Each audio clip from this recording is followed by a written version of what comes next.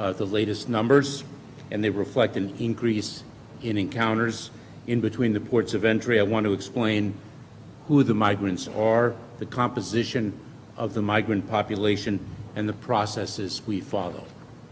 First, let me start with the unaccompanied children.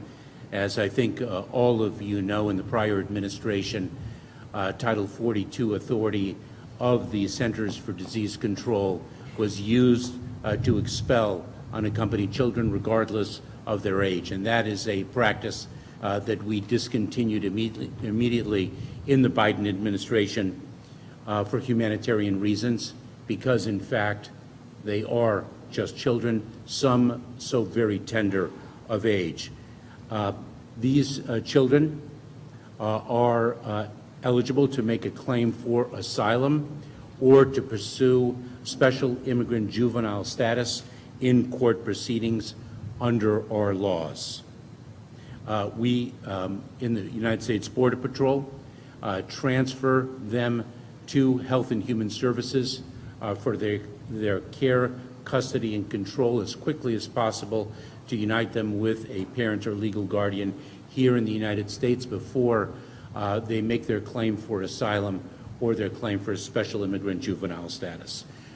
You will recall in March of this year, we experienced tremendous crowding in our Border Patrol stations of unaccompanied children, and I said then that it was a challenge for us, that we had a plan to meet that challenge, and that we were executing on that plan, and that it would indeed take time. That is what we did, and we cleared the Border Patrol of the overcrowding of the unaccompanied children in execution of our plan.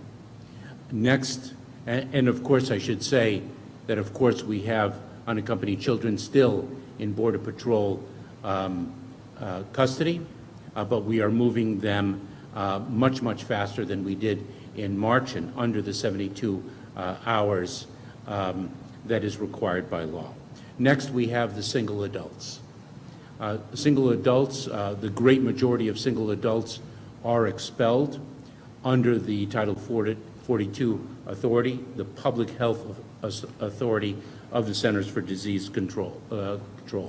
They are processed very quickly, turned around, and sent back. If they are not expelled, they are placed into removal proceedings, which are immigration enforcement proceedings. They are prosecuted for removal and are removed unless they make a successful claim for relief and establish that they are entitled to remain in the United States under the laws that Congress has passed.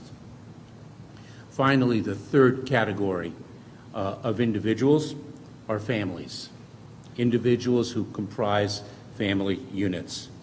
They are expelled under the Title 42 authority unless we are unable to do so. For example, in certain parts of Mexico, they have no longer any capacity to receive expelled families, and in that instance, we place the families in immigration proceedings, in immigration enforcement proceedings for removal to the United States, and they are removed unless they make a claim for relief under United States law, and that claim is ultimately successful.